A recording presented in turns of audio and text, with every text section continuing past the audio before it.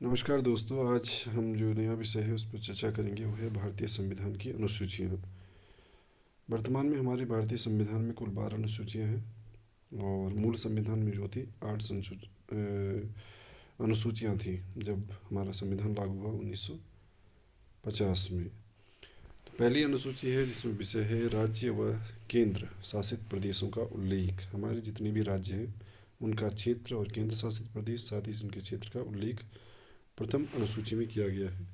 दूसरी अनुसूची में है राष्ट्रपति, उपराष्ट्रपति, लोकसभा अध्यक्ष, उपाध्यक्ष, नियंत्रक, महालेखा परीक्षक, कैग, सर्वोच्च और उच्च न्यायालयों के न्यायाधीशों के बारे में उपबंध, उनका वेतन, नियुक्ति आदि के बारे में विस्तार से बताया गया है।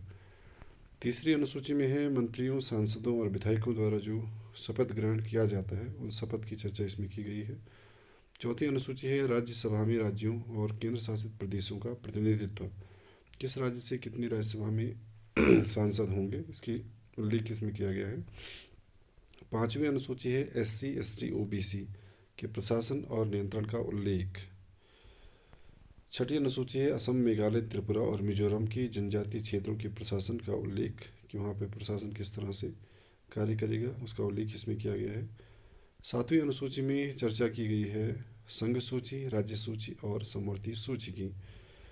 ये जो तीन सूचियाँ हैं ये संविधान में उल्लिखित हैं और इनमें अलग अलग विषय दिए गए हैं। जैसे संघ सूची में जो मूल रूप से विषय थे वो थे 97 और वर्तमान में 100 विषय हैं। राज्य सूची में इस समय वर्तमान में 66 विषय हैं और पहले इसमें 61 विषय थे। मूल में 66 थे और अब 61 हैं। थोड़ा अगला जो हमारा है राज्य सूची, तो मूल रूप से इसमें 47 विषय थे और वर्तमान में इसमें 52 विषय हैं। संघ सूची में उन विषयों का उल्लेख किया गया है जिस पर केंद्र को कानून बनाने का अधिकार है, जैसे रक्षा, बैंकिंग, विदेश संबंध, डाक, रेलवे आदि। राज्य सूची में उन विषयों का उल्लेख किया गया है जिसमें राज्य को कानून बनाने का अधिकार है, जैसे कृषि, पुलिस, जेल, स्थानीय शासन आदि। और समवर्ती सूची में उन विषयों का उल्लेख किया गया है जिसमें राज्य और केंद्र दोनों को ही कानून बनाने का अधिकार है, लेकिन यदि केंद्र कानून बनाता है तो उसका कानून सर्वोपरि माना जाएगा। इसमें जैसे विषय हैं विवाह, तलाक, शिक्षा, वन, बिजली। कई बार पूछा जाता है कि शिक्षा किस अनुसूची का विषय किस सूची का विषय है, तो ये समवर्ती सूची में आता है। अब यहाँ से बात आती है 8वीं अनुसूची की। 8वीं अनुसूची में राजभाषाओं का उल्लेख किया गया है जिसे हम राष्ट्रभाषा भी कह देते हैं। राजभाषाएं मीन्स जो राजकाज की भाषाएं होती है जिसमें शासन प्रशासन का कार्य होता है। तो वर्तमान में 8वीं अनुसूची में 22 राजभाषाएं हैं और मूल संविधान में 14 राजभाषाएं थी। सबसे पहले 1967 में सिंधी को इसमें जोड़ा गया। उसके बाद 1992 में 3 भाषाओं को जोड़ा गया और 2003 में 4। तो कुल मिला के 22 वर्तमान में। अगला है 9वीं अनुसूची। 9वीं अनुसूची में है भूमि सुधार संबंधी अधिनियम, लगभग 280 के करीब है।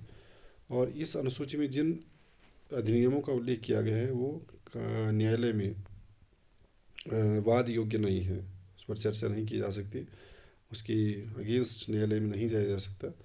9वीं अनुसूची का प्रथम संविधान संशोधन 1951 के द्वारा जोड़ा गया था। 10वीं अनुसूची। 10वीं अनुसूची को 52वें संविधान संशोधन 1985 के द्वारा जोड़ा गया और इसमें दल बदल संबंधी अयोग्यता के कानूनों का उल्लेख किया गया है। और 11वीं अनुसूची जो है इसे 73वें संविधान संशोधन 1992 के द्वारा जोड़ा गया।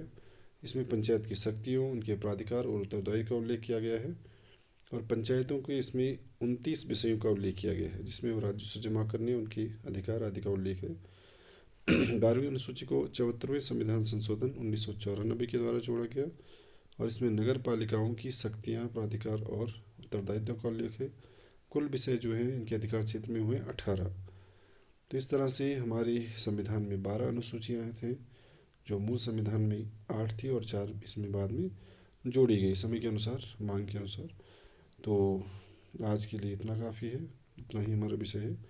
आपको कैसा लगा please like, share and subscribe.